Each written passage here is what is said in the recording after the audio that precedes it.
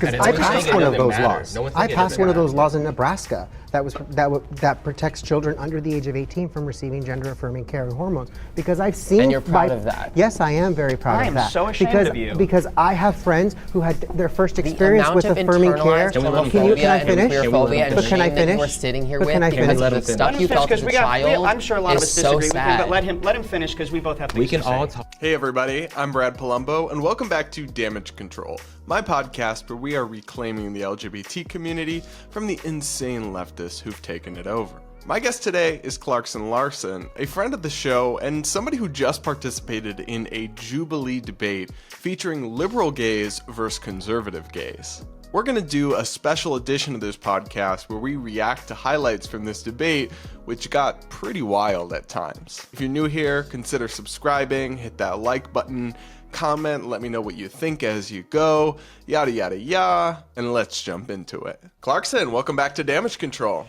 I'm happy to be here. I missed you guys. Yeah, you are also I was just telling you, my first three-peat guest, so that is a unique and distinct honor. But I had to have you back because you're famous now, and you're still gracing us with your presence, because you just did another Jubilee debate. For folks that don't know, it's like this huge YouTube channel, and they do these really interesting political conversations and debates. And what was it? Gays, liberals versus conservative gays? Yes. Yeah, and it was. Knew it was going to be dramatic.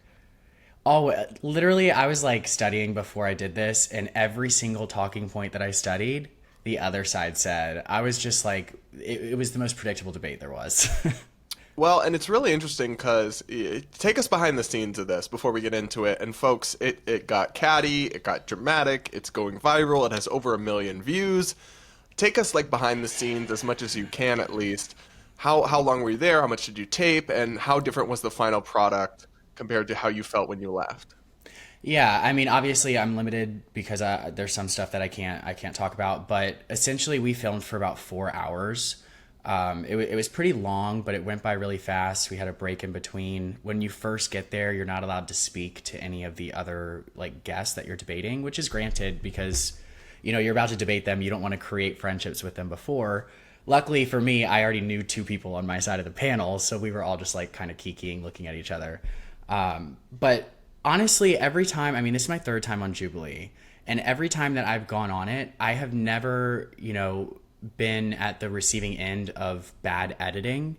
I think that when they edit, they do a really good job, despite being a pretty liberal company, of representing the views that I try to say.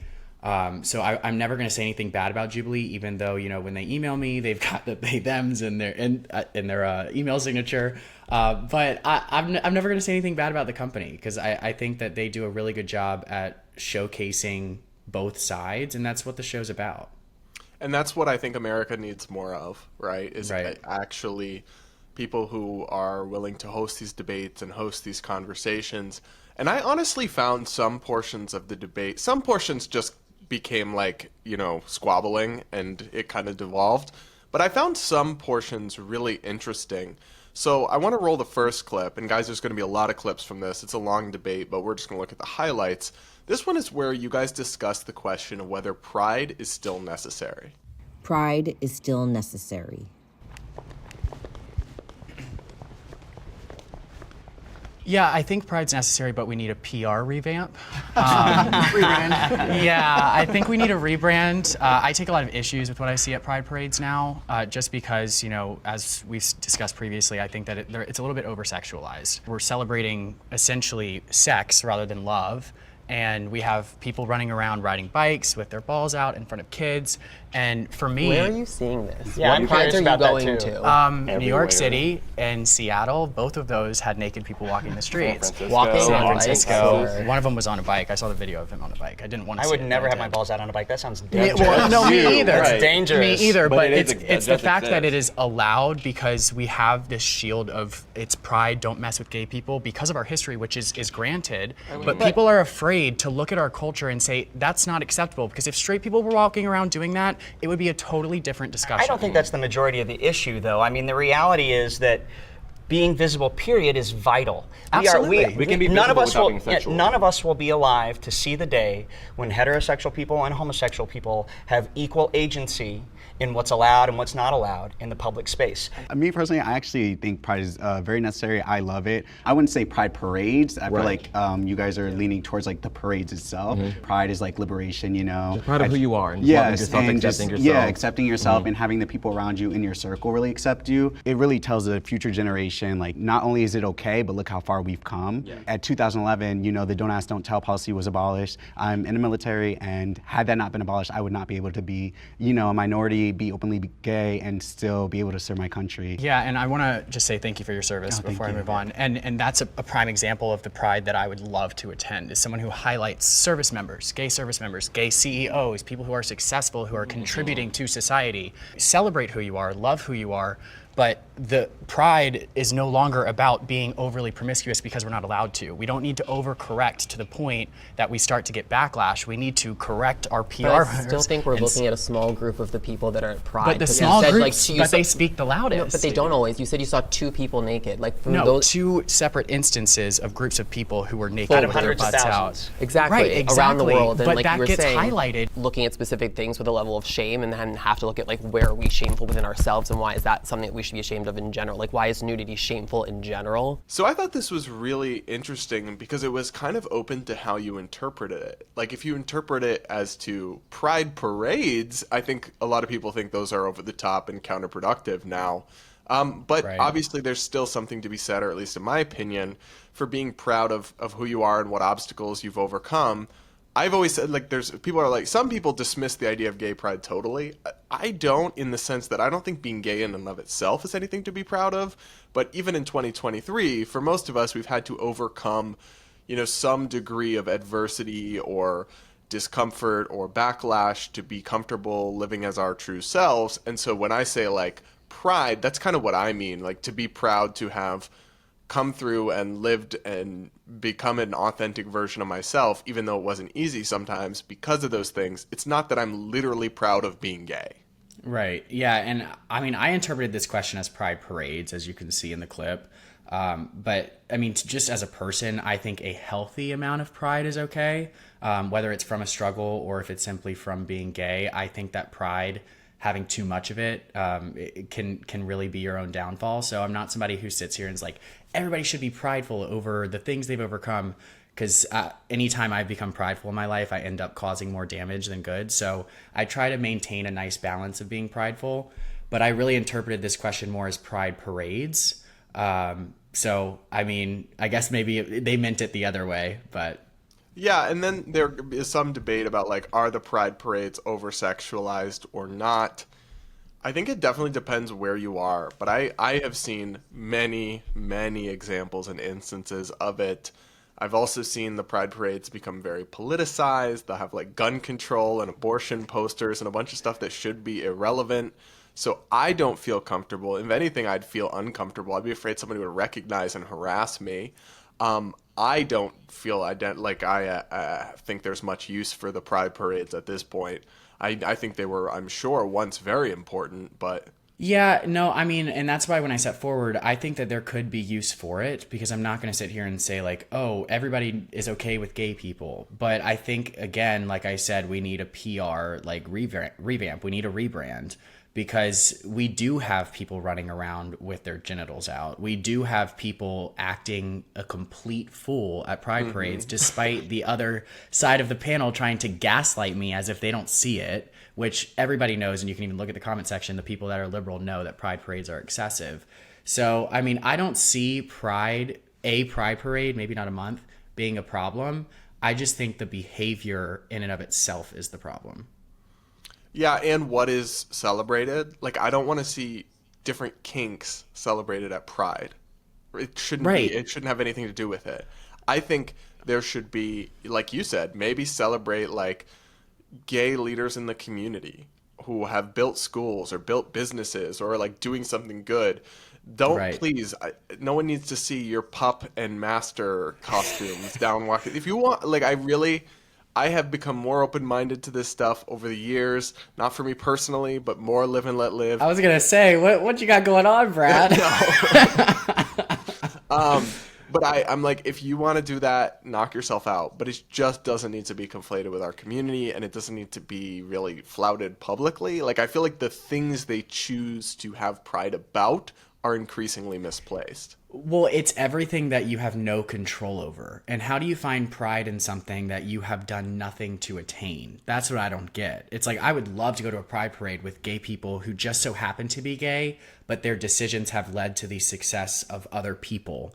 Essentially, it's a merit-based conversation. Anything at pride parades that's celebrated has nothing to do with merit, and that's frustrating for me because you don't respect somebody who just so happens to be gay or just so happens to be like into feet or something.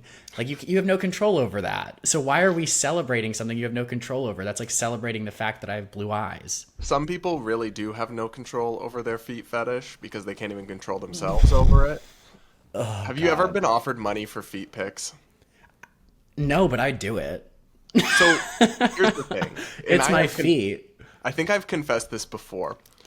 I mean, most even semi-attractive, semi-young gay men have had strange old men DM them and offer that to like give them money or whatever. I know women get these kind of DMs all the time. Like, especially when we are on the dating apps, they'll DM you and they'll be like, "Are you looking for generous?" Which means is code for, "Are you a prostitute?" Worker? Yeah, a prostitute. And I would never do that, but I will admit I have a couple times asked like, "Well, how much are you offering?" Just because I'm curious. Like, I want to know, how much am I worth to you? Like, I would do it, not the sex part, but the feet part. Like I would charge probably like an insurmountable, I don't know how to pronounce that word. I would charge a lot, okay? But if it's a picture of my feet, like, people get that for free if I ever wear flip-flops, which I don't because I think they're disgusting. But if I ever did, I'm giving it away for free anyways. yeah, and I laugh at this because you've made it big when you have a profile in like the celebrityfeet.com or whatever those weird websites are. So I'm not big enough to have a profile in this, but I have a few friends who are, and you can search yourself, and there are websites that collect on influencers and YouTubers, collect their feet pics, like zoomed in from their Instagram or whatever, and aggregate them all. So you can go look up your favorite TV host or big YouTube star. They don't have it for like smaller YouTubers like myself or whatever.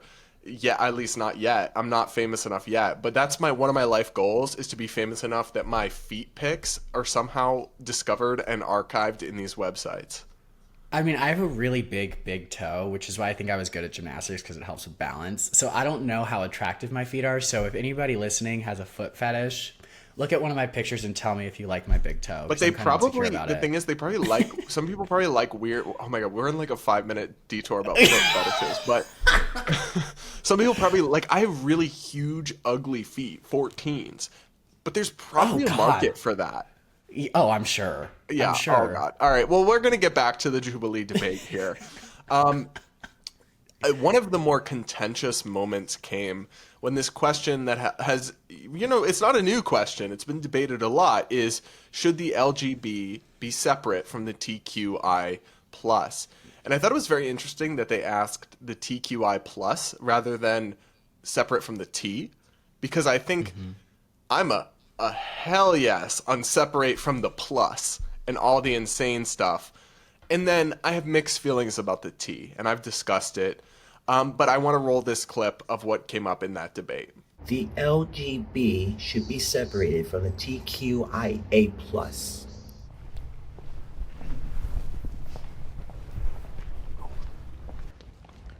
Saying they should be separated is not saying that one is, less important. Yeah. So I do want to start with that. But I do think that the LGB is very specific, rooted in science. It's very clear as day. You have lesbian, gay, and bi. Main difference between male and female, we all know what that is. The reason why I stepped forward with hesitation was because I think that there are such lived differences in experiences that we experience. Although collectively, I think that we all know the collective experience of being a sexual deviant. There just is a difference in lived experience that I think is important to talk about and acknowledge, and that's my grounds for agreeing with perhaps a separation. Mine is very different. To be clear, the science is very solid on identities other than gender assigned at birth being valid. Science is very clear, robust, there is no question that it's legit. We, as cisgender people, do a really bad job of standing up for people who aren't cisgender. I call out the fact that cisgender queer people are treated differently than non-cisgender queer people, and until we do better, we don't deserve to have the letters be together. Much better grounds. So, I mean, I agree with what you're saying, but I think in general, this conversation can become very hostile because it seems like, you know, I'm like, oh, I don't want you to be a part, like, I don't want you to be my friend, I don't want to be with you, be next to you, be seen with you, and that's not the case. One is an identity, and one is a sexuality. And that's just the simple difference between the two. Eventually, as both groups are fighting for their own personal interests, those are going to not work cohesively. So one is going to be quieter and one is going to get taken advantage of, et cetera. And it's not that we can't support the TQ+. Right. I just think that they're two vastly different things. I think it would be an incredible disservice to the transgender community who gave us a lot of the beginning for us to fight for our rights, a separation from them, now that we have our rights. That's just so privileged of us, like Marsha P. Johnson threw that first brick at Stonewall, and because of her... She didn't throw the first brick. Or the second or the She got there third. at 2 a.m., first of all, and second of all, Marsha P. Johnson was also a gay man, so when she was fighting for those rights, she was fighting for gay rights because she was gay. Was she a I gay totally man because agree. of the time that it was? She didn't don't know, but she transition was until gay. long She- after Stonewall actually happened. but you But that's can't- neither here nor there. I just think it's ironic that Miss Denham over there, you know, in the jean jacket, wants to talk about misinformation on his TikTok and how essentially everybody on the conservative side was parroting misinformation the entire time to get their point across. Yet that's a prime example of him blatantly misrepresenting Marsha P. Johnson's story to further his point. I knew people were going to bring up Marsha P. Johnson the night before. I literally had a pink flashcard with Marsha's name on it, with her story, what time she got at Stonewall, and everything that I just mentioned, because it's, I hate to say it, but a lot of times with the LGBTQ, since we're all in the same alphabet, now that the G, B, and the L have their rights, the T is trying to use gay history to further their own agenda, and this was a prime example of that. And then they don't want gays to push back on it, so they frame this narrative that, like, you only have gay rights because of trans women of color. But it's a very ahistorical narrative. Stonewall Inn, back then, would not have been a very hospitable place to trans women or even maybe people of color, right? It was a white, gay place. Very white, very gay. And Marsha P. Johnson was a drag queen. Which is not, Right. They always tell us, is not the same thing as trans, and they are correct, right? But Marsha P. Johnson did not identify as trans at that time. Marsha P. Johnson was not there when it started. But there's this whole, like, huge myth about Stonewall that's super pervasive. But it's so interesting because, to me, it's not even that relevant. Obviously, like, facts matter. But it seems like just a way of trying to silence you. Like, how dare you try to argue these things are different when you owe your rights to trans women of color? It's not even an argument. And there's so much wrong with it. I mean, first of all, trans people back then were not fighting for the same things trans people today are fighting for. Nobody was sitting here saying, no transsexuals were back then saying, oh, I am a woman. That's not what was happening. They weren't trying to erase gender, so first of all, that's completely irrelevant. Second of all, even if it was the case, if we operate under the assumption that there was a whole brigade of today's trans people that went back in time and fought for our rights, when you fight for somebody else's rights, when you help somebody else, it's not a nice thing to do if you're expecting something in return. You don't get to hold people's rights over their head so they can agree with you. So even if they were doing that, I still can't get down with oh, well, we helped you, so sit down and shut up. That's not help. That's a hostage situation. Like, no. Even if it was true that we owed it all to Marsha P. or whatever, it still wouldn't mean that, like, there's no debate about whether these things belong together. And I think the strongest argument I've heard that they do is essentially that being gay or being trans are different forms of violating society's gender and, like, gender expectations. Like, boys are supposed to marry girls. Boys are supposed to do this, not that. And I guess, but I still think sexual and romantic attraction are different than identity. Well, I think that the whole concept behind today's transgenderism reinforces society's gender stereotypes rather than goes against it. Because it would be different if they were saying, I am a man who likes to wear dresses, but they're not saying that anymore. So they're not necessarily going against society. They're now falling back into the binary that gay people had to escape from. I was a young kid who wore dresses all the time. Never did I say I was a woman. Never did I believe I was one, because I think that everybody should be able to express themselves, whether they like pink or blue. But if now you like blue, it's a whole different story. You might be trans, so now you have to fall back in line and call yourself a woman. So I wouldn't say that they're going against societal Well, and it's norms. also because they've detached it from gender dysphoria, which is a real Right. medical experience. But now they say that has nothing to do with trans. It may or may not be there. And also, like, non-binary, they say is trans. And non-binary, I think 100% reinforces the stereotypes. I'm non-binary because I don't identify with makeup and long hair or sports and cowboy boots. I mean, they don't literally say that, but that's actually the logical implications of what they're saying. So I see that. I just think they are distinct. I don't actually think there's much in common to the experience. I also, though, I know people like to debate this point. I think it's something of a moot point. Like, I kind of think the ship has sailed and that LGBT is here to stay in the terms of the cultural and political discussion. I can't realistically speaking, even though I think they probably should be separate in the theoretical, I can't really see us reversing that. Well, yeah, because in order to do that, we would need to have those very, very leftist nonprofits be on board with it, and that will never happen because they control pretty much all of the acronyms. But I do want to preface all of my points when I talk about like transgenderism. I'm never referring to people with gender dysphoria. I have the utmost respect for people who experience that, but in today's society, that's not even a qualifier to be transgender anymore. So when I'm talking about like people who are, when I just talk about anything trans, I'm never referring to people who actually have a GD diagnosis. I'm referring to the people who are non-binary because they want to be unique and have no actual personality. Anyways. I think that's what I mean when I say get the Q plus the hell away from me. It's like basically everything after the T. The T is complicated. Everything after the T is fake. Yes.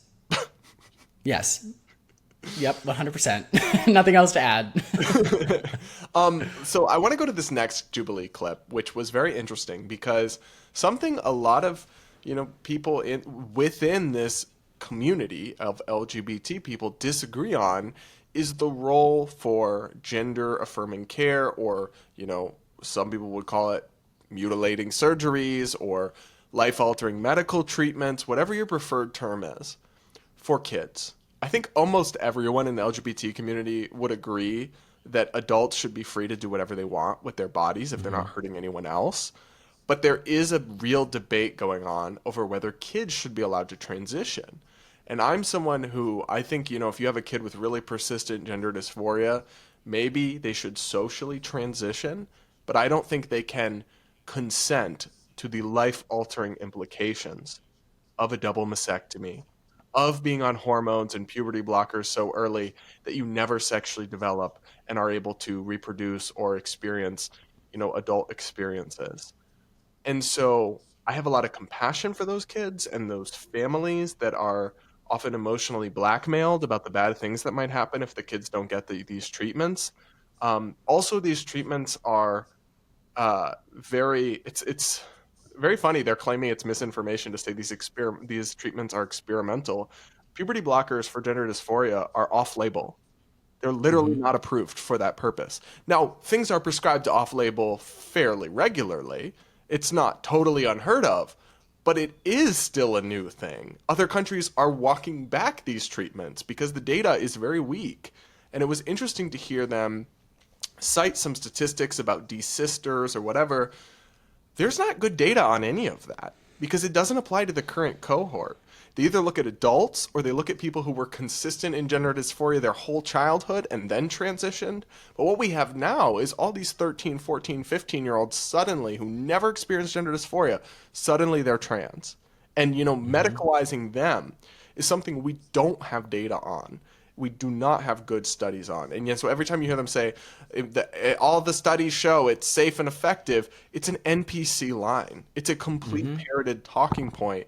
It was very interesting. One of the other guests on the Jubilee program talked about how he had been involved in passing a law to limit the treatment to age of 18.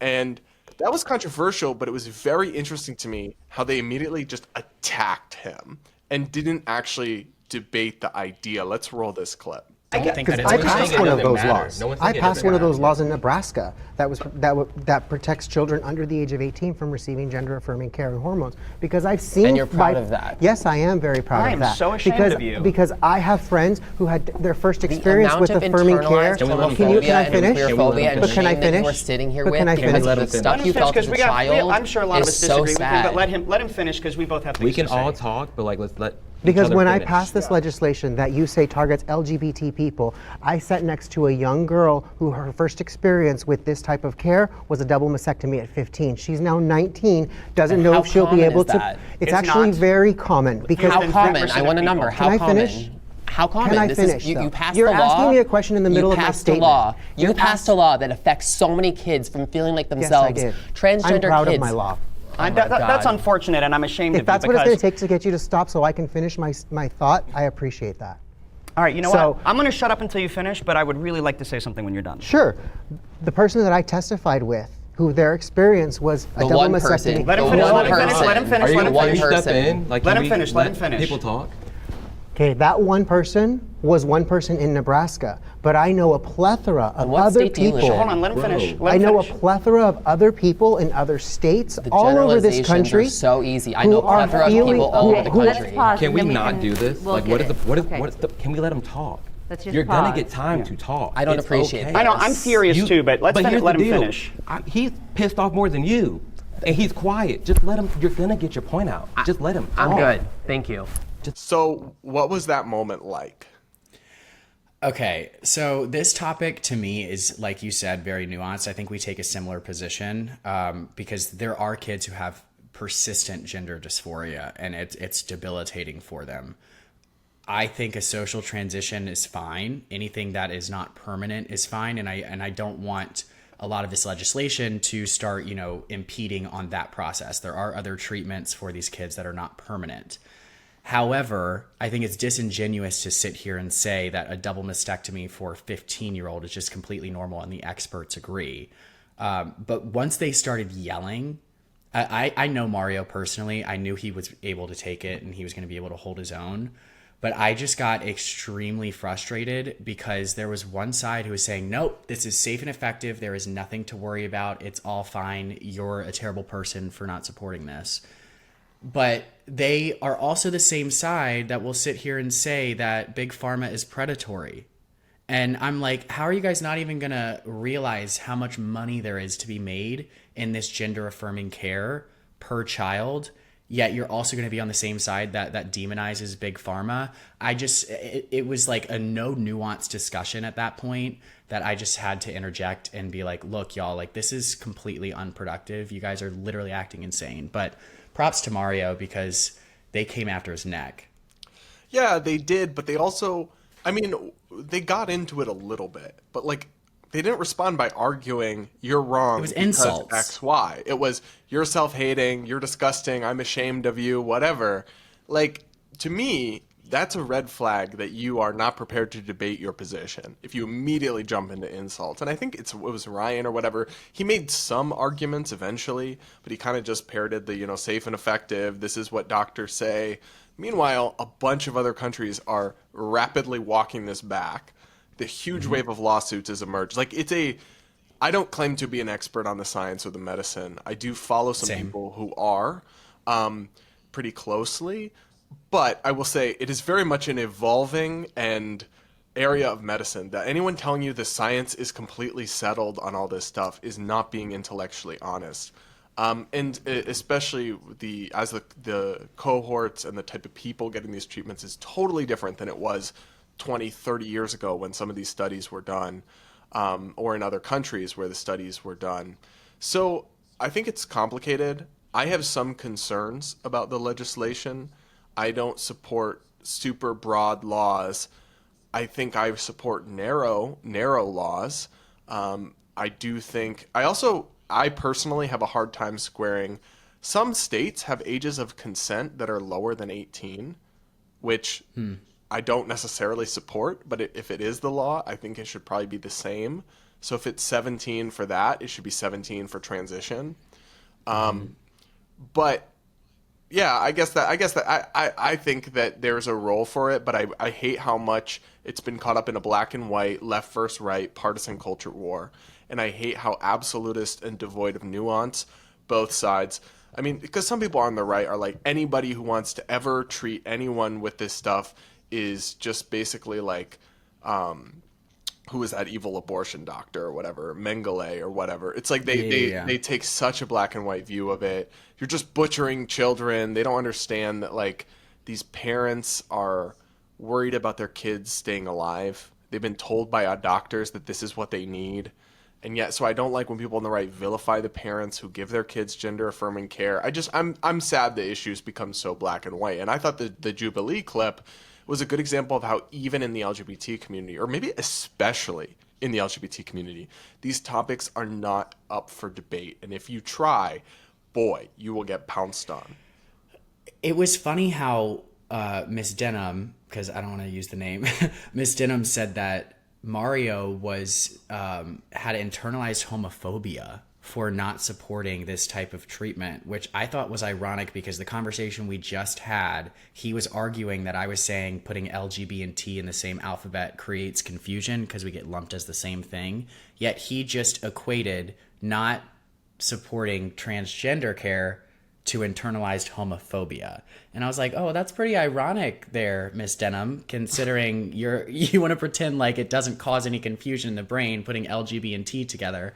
But yeah, I mean, it was insult after insult, and it really just showed their hand on how not only unprepared they were, but how emotionally unprepared they were, and how often they aren't challenged on these topics. They really were not expecting this type of disagreement from conservatives, and I was shocked. I walked in there expecting, which is why I stayed kind of silent, because I'm not an expert on this, so I'm not going to walk on this panel and pretend like I am.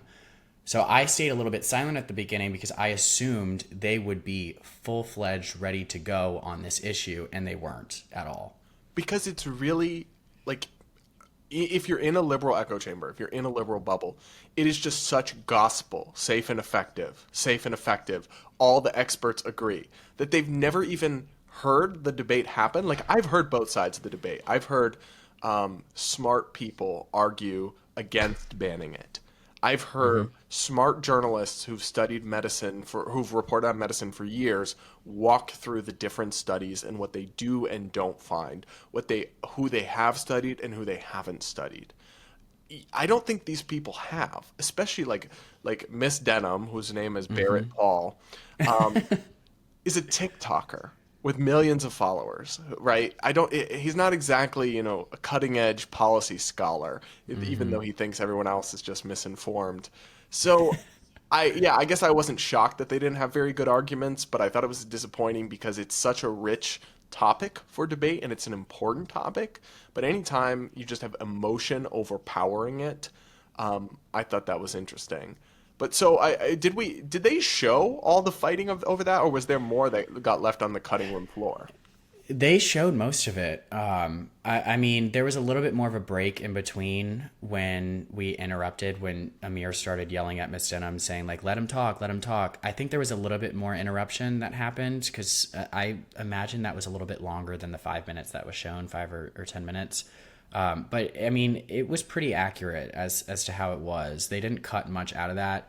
And there's a reason why. There's a reason why they didn't stop us from arguing, because that was really what everybody's talking about. Like, that was the golden moment. And despite it being an unproductive debate, I mean, it's I simultaneously think it was an unproductive debate that is productive, that is revealing, if you know what I mean.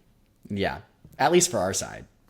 Yes, it's not a productive debate for at least Ryan and Barrett. I think maybe some of the other liberal-leaning guys got something out of it or came off decent, but those two did not. So up next, I want to talk about the segment where the discussion of are drag shows appropriate for minors came up. And I actually thought this ended up being a more I expected people to have black yes or no answers. And I thought this ended up being more nuanced than I expected, and I appreciated that. Take a listen to this clip, folks. Drag shows are too sexual for minors.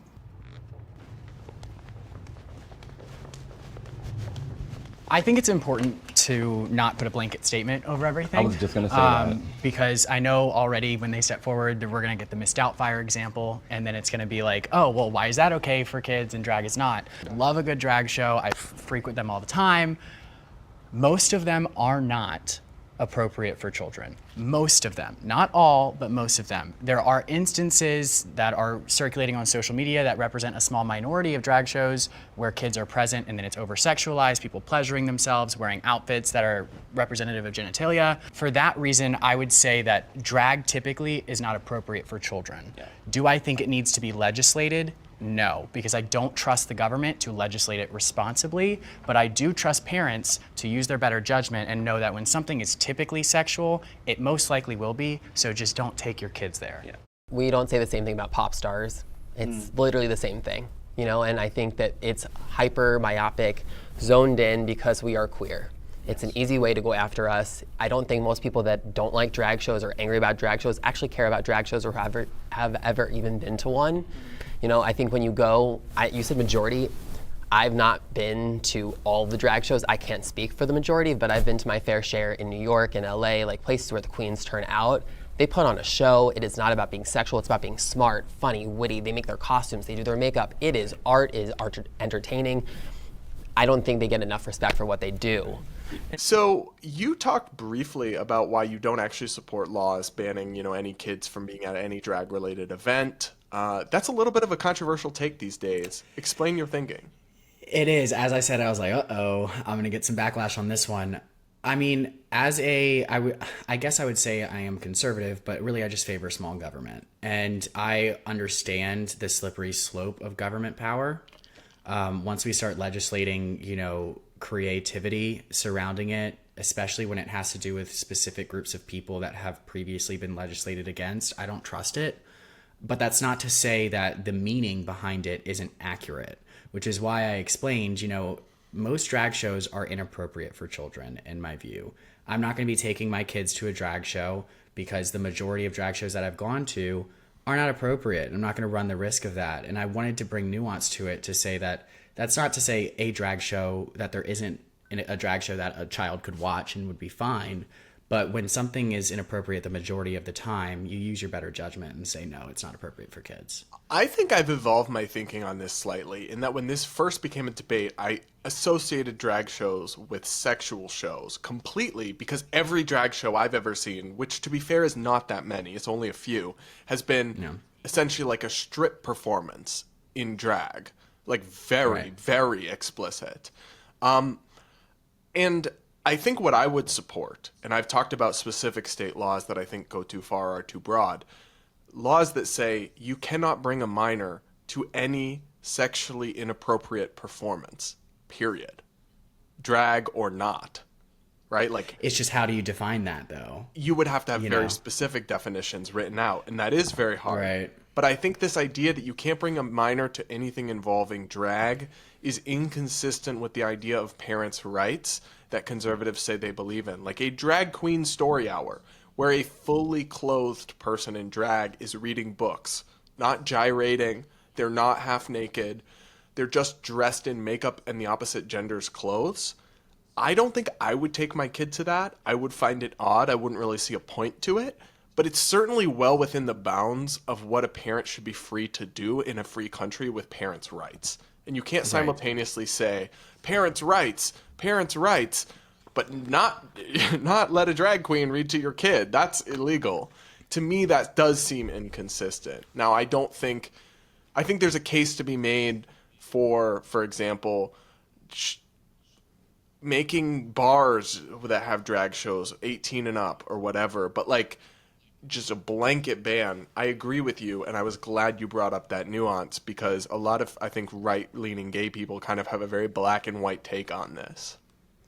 Yeah, I mean, it's just hard to define what drag is. So to put any type of blanket ban on it, it's like, what is drag? A man dressing up as a woman? Okay, so we can't take kids to the theater with female characters that are played by a man, or what exactly is that? There's just way too much potential for, any type of law that's legislated to be misused and abused. So I mean, I can't be on board with that. But when I am a parent, and what I advise to other parents is based off of my experience with drag, the performers themselves curate their art off of sex, because that's a part, and not that there's anything wrong with that, but that's just like the persona of people who typically do drag. Therefore, when I have kids, I don't think that it will be beneficial to bring them to any of their shows, but that's just me. Yeah, no, I agree. I wouldn't do it. I'm disturbed by a handful of drag shows I've seen that have minors that are sexually explicit. Like, I've seen those videos. I know you've seen those videos. Those, I think, are disturbing. I think those should definitely be condemned and maybe legally sanctioned. But I think the idea of a blanket ban on anything drag involving kids is inconsistent with freedom. And you don't have to like it, but... Yeah, I mean, if people have a problem with the public indecency, then use the public indecency laws that are already on the books in most states. But I think we're trying to package a solution to something we don't like without thinking of the ramifications of it. Yeah, and if you want to have real autonomy and freedom to parent your kids however you want, you have to respect that for the woke parents. I mean, when it comes to chopping off kids' body parts, right? Like, that's maybe... Yeah. But it's like a very high bar for what you have to meet before you can justify infringe. The same way that I think, like, religious parents should have extensive freedom to brainwash their kids, but they shouldn't be able to hook them up to an electric chair and shock the gay away. It's like, it's like, if you believe in parents' rights, obviously there is a limit. Like, parents cannot do anything they want with or to their kid. But yet, you really have to respect the autonomy to a very high degree if you want it for yourself. So, the last clip I want to roll is the discussion of whether LGBTQ topics should be taught in school, which I found very interesting. And let's roll this clip. LGBTQ topics should be taught in school. You want to sit in the middle? I think age appropriate for sure. Yeah, I exactly. think it's nuanced. It's age and grade. That depends on that. But I mean, there's definitely times growing up when I was in the closet in middle school, I'm like, okay, we're taught men and women, they get together and then they have a baby or whatever, especially like 9th, 10th grade. But like for gay people, something that doesn't exist. We don't like women. So like, what is my experience? I'm not reading it in a book. I'm not seeing it anywhere. I'm having to run to the dark corners of the internet. I'm having to experience all these things that they shouldn't just be going through. We should be teaching something at least. But and it goes back to the over over-sexualization thing. It's like when people say are iffy about gay topics being brought up in school, it's like, oh, the sex. But it's like, no, like, right? Like, why can't we learn about wholesome relationships, or like, and just having good credit, like, Good making good financial decisions, people of the same, like, just things that are so much bigger. Well, yeah, and that's why I originally was hesitant to step forward, because there is a fine line. People are talking about the Don't Say Gay bill or the Parental Rights and Education bill in Florida, which was up to grade 3. It's important for kids to know that Haven't they changed that, though? Yes. Have they changed it since It then? goes up to okay, 12th well then, grade now. Either way. Well, when it was originally up to grade 3, that's when I would say I agreed with it, right? Because I don't think that it is the government's place to teach my future child about sexuality. Now, hear me out. This is why it's a gray area. When teachers open the discussion to young children about sexuality and inherent sexual attraction, it puts them in a position where they could step on the toes of parents.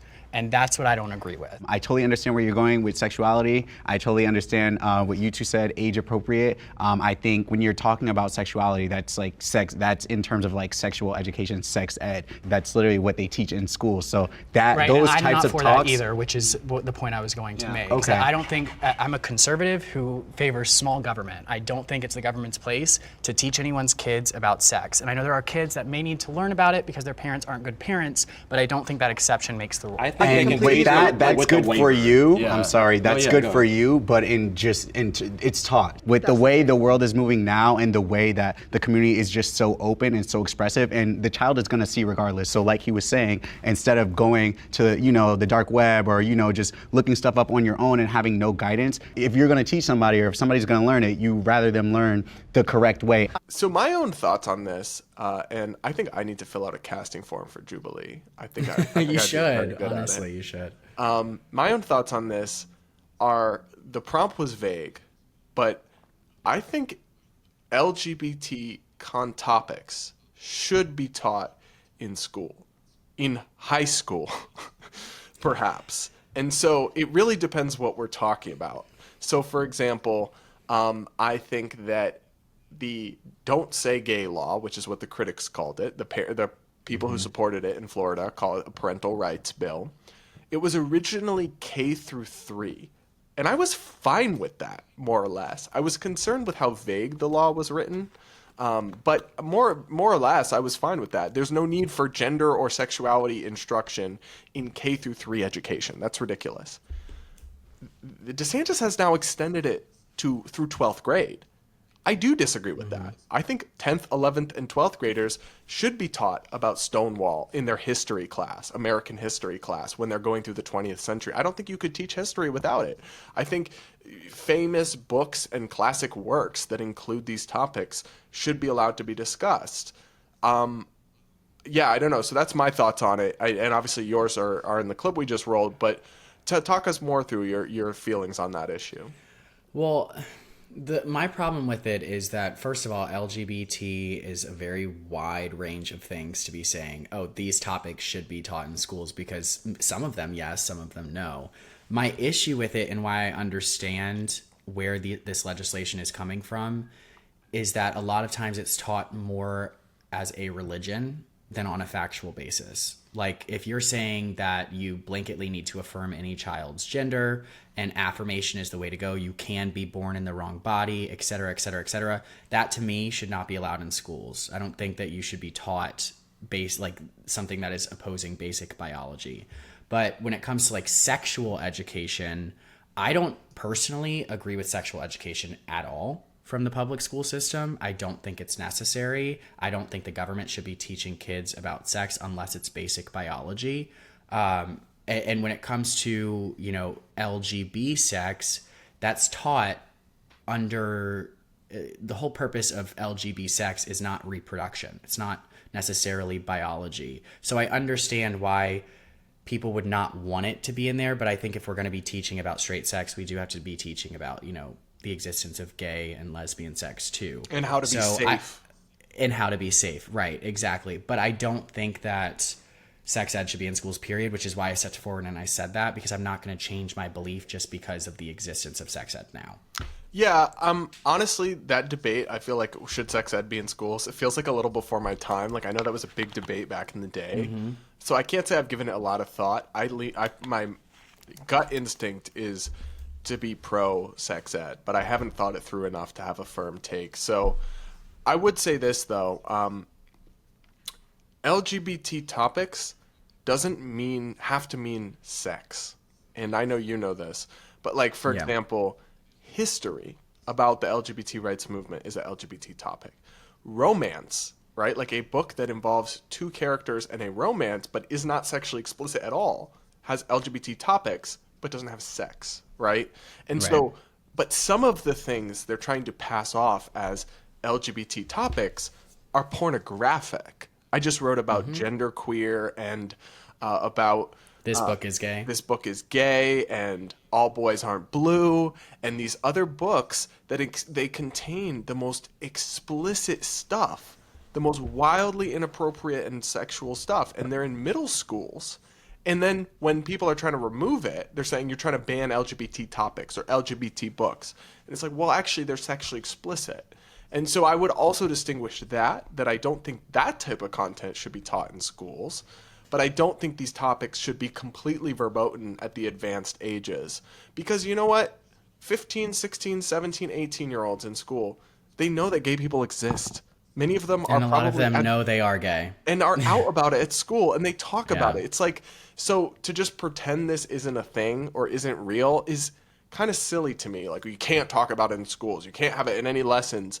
I think it is overreach, but I also think they're responding to something valid. They don't want genderqueer or this book is gay, which teaches kids how to use adult sex apps and has like guides to eating feces, right? Like, I wish I was making this up. I wish I was making that up. I can understand. I actually learned a new word for that from reading one of those books. I didn't know it What before is I it? read that book. Scat. Oh yeah, yeah. Oh, gross. So I can see why people would see stuff like that in schools and be like, we need to ban LGBT topics if that's what they think LGBT topics means. But my whole point is that it doesn't have to mean that. Yeah, it's a response to our inability to have a normal discussion. Like when you see Pink News saying, oh, they're banning this LGBT book, and it's just straight up, their anti-porn group is banning LGBT books. It's like, no, they're banning porn. The anti-porn group is banning porn. And that's why we're having this response. So I can't say that it's anybody else's fault besides the people who represent us in media. They're also banning it by not having it in the school library. Right. Like Right. any You can parent still that go- wants to get that right. book for their kid can go on Amazon and it's there the next day. Like, I would never Yeah. support the government actually banning a book, but that's Right. not what we're talking about. So I want to also kind of close out on this debate review by checking in with Miss Dedham.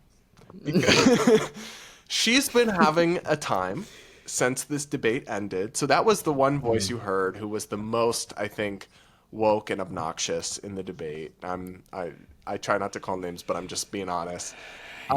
He has posted, Miss Denham has posted a number of TikToks directly addressing you, calling out Jubilee. So let's discuss some of those and see just how much of a normal one he's having. I'm tired of seeing people with lighter skin tones have opinions on what the world should be like because they don't even realize. Well, isn't that interesting? This video is for educational purposes and not intended to bully or harass anyone. And as always, please remember save and share as this helps get more eyes and ears on these important conversations. Thank you so much, Love Army. I love how he always puts that in his videos and then proceeds to bully and harass people. It's so the TikTok algorithm doesn't get it taken down. But so he just started. I do it too. I'm not gonna lie. In my videos, I'm like, I love everybody, blah blah blah. And everybody knows I'm lying, just so it doesn't get taken down. Then he's using your parody bits that you do and apparently interpreting them seriously. Y'all have been asking me for a while to make a video on that specific person That's and a you. few of the others that are profiled in the video that I am stitched with for this. To be quite frank, it didn't feel like I really needed to make a video on these people because a lot of people ratio the people that I'm talking about quite frequently. However, the time has come. I'm a part of a middle ground conversation that aired yesterday, and myself and the person that you just saw in the beginning of this are both in that. I've now been told that he has gone on to make a video addressing me on his own profile. I have him blocked. He's not safe space. Clarkson, I'm not safe space. Oh no, I'm so sad about it. I'm so sorry, you Miss are not Denham. safe space. Oh my gosh. What is You this? can't That make- toddler? You cannot make this up. I'm not safe space. Oh my You're gosh. just a dangerous person. God forbid I put on a purple wig and make fun of colonizers. It's not safe space. This is wild. Oh my gosh. You know what, Clarkson, in all seriousness, you should really pay for the therapy he needs to process the trauma of being in your presence for several hours. I will pay for a new outfit so he doesn't have to keep shopping at the thrift store. But anyways. I don't want to hear what he has to say. I don't really care what he has to say about me in that video. In my opinion, there is no argument or debate around human identities, period. And I have... Oh my god, that's so... I love when they say period. I love how they think they did something by saying period. This is so obnoxious, though, and you hear this a lot. There is no debate around human identities or human rights or whatever. So that literally, let's take that logic. I identify as a penguin. You Right. accept me as a penguin? No. You must. There's no or else debate you're not about safe human identity. space. Like, obviously, that's an absurd thing to say. Human identity is incredibly complicated, and our sense of identity is evolving. So, of course, things are going to be up for debate. And also, just declaring something off, no debate, doesn't mean there's not a debate. It means you're just not Yeah. engaging in it. The thing is there's always a debate about everything. And there's been a debate about human identity since the dawn of time. That's literally philosophy. So, like, what? I don't know. I don't even have anything else to say about him. This is just pure entertainment. The text on screen is, "I hope you heal," heart emoji directed at you. Right after he was like, because, okay, so, you know, see how I get like this little rash here? Whenever I get like fired up and I talk about politics, I'm white. So like I get little like rashes or whatever. He went on his story and was like saying, oh, I went easy on him in the debate because he started to get a stress rash on his neck, blah, blah, blah, blah, blah. And then he proceeds to ask his followers to buy him a coffee. And I'm like, this dude, I hope you heal, love Army. And then he started doxing people who disagreed with him, his own followers. He started posting their family lineage on his story. What? And yes, this was all happening. People were sending it to me. And I'm like, okay, love Army. Like, this doesn't, it sure sounds like an army, but I don't know about the love Sounds part. Like, come on. A hate cult. Yeah, like, what the hell? Like, you're making fun of my white skin? It's giving racism. And I have a feeling he will see this, so I want to say this. It's really sad for me to watch someone actively say that they don't believe in things that they know would have helped them as a child, because that's not you showing up and being the person you needed to be for your younger self, which is sad. Also, for the record, I took it easy on these people because I knew other people in the conversation were going to point out the hypocrisies that are very present. Ultimately, what this boils down to is that there is no place for hate in this love army, and that when we hear any kind of bigotry, we stand against it. If you're new here and believe in equality for all humans, then welcome to the love army. Much love, y'all. Your response. You went easy on me, babe? Like, I feel like does he not realize people are watching this? He literally is gaslighting people. Even followers on TikTok are saying, love you, Barrett, but I don't think you need to work on your debate skills. Like, you weren't really engaging. Like, I went on his TikTok to pull this video, and his old followers kept saying, like, this wasn't your best, sweetie. Like... Right. And even like Jubilee's audience, I've been on the show, like I said in my first response video of him making a video about me, I've been on the show 3 times. The comment section hates me. Like, they literally, people will comment, be like, the minute I see Clarkson's face, I'm not watching this.